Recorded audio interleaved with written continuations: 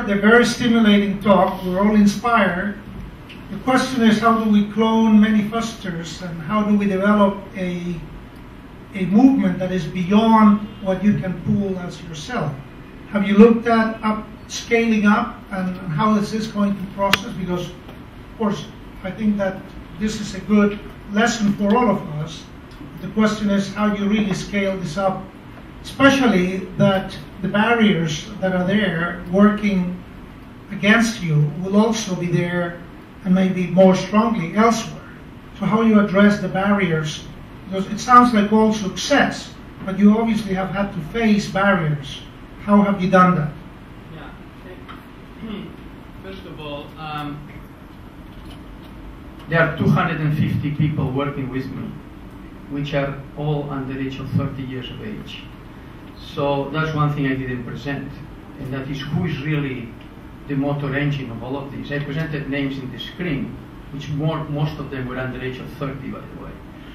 So the people are there. In fact, one of my experiences has been, God, how we ignore the tremendous potential in the world that we have in front of us. We are completely ignoring them. And this is something I learned. So you don't have to clone me at all. You have 250 people who will be the same. I can tell you that. So I don't think that's the issue.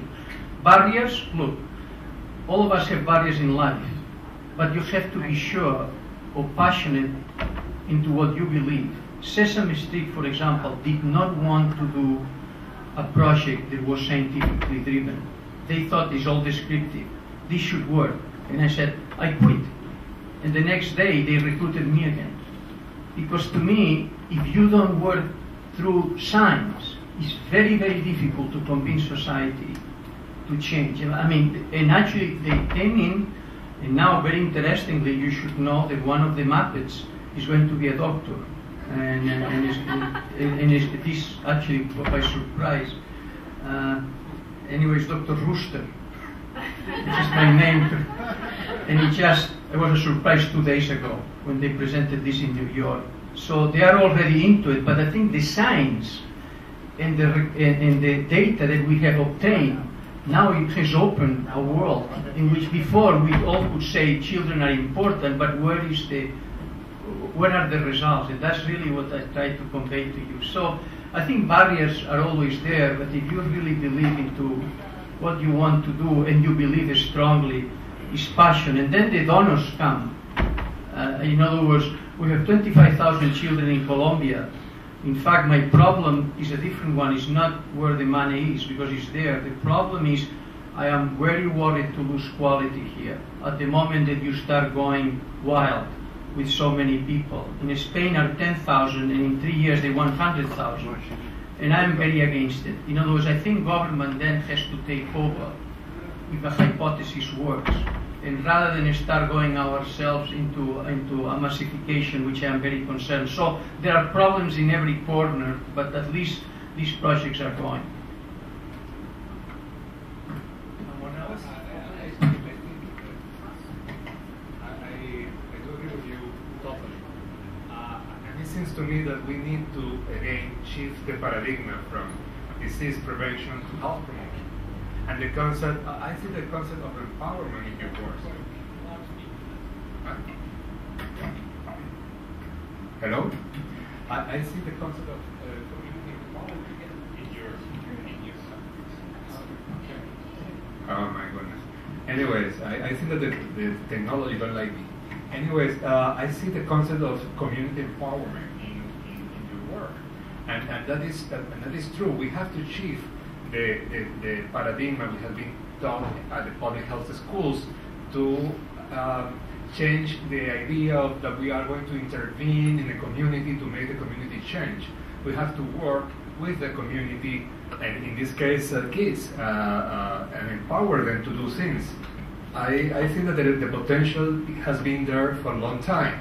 The public health people have been late to, has been, took a long time to recognize that.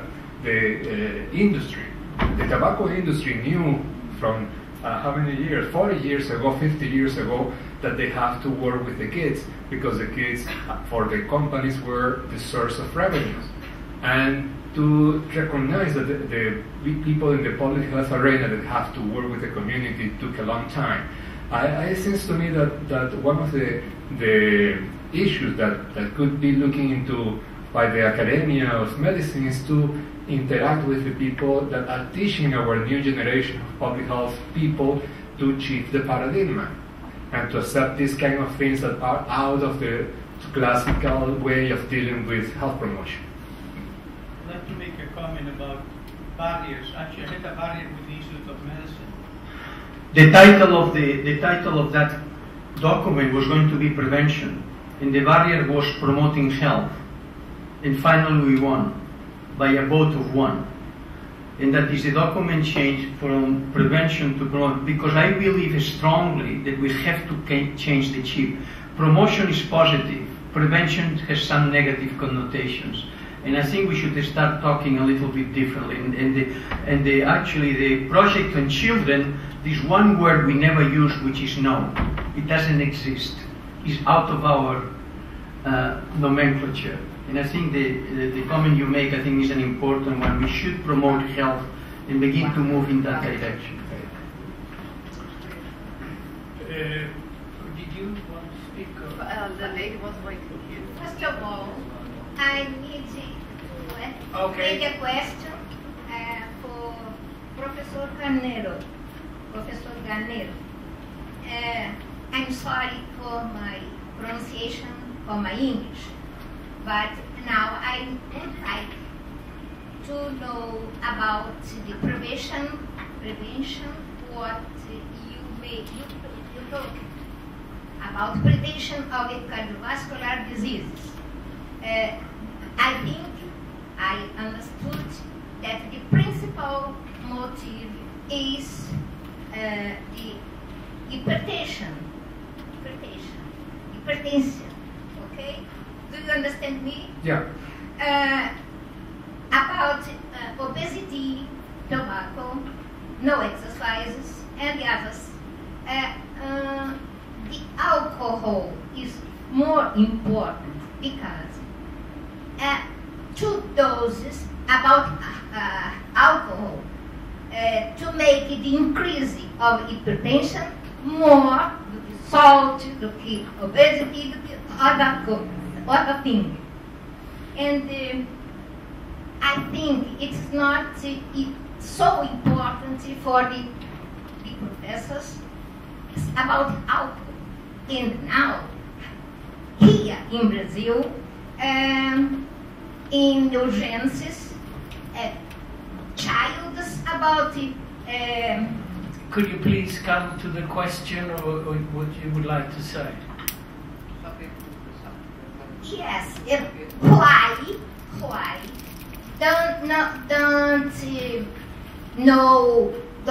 more importance for alcohol to go to the hypertension because it is to go to cardiovascular diseases. Yeah, I think that the main point I try to do with the surveillance is that surveillance could be, and it is a key element to look into the benefit or not of any kind of initiative.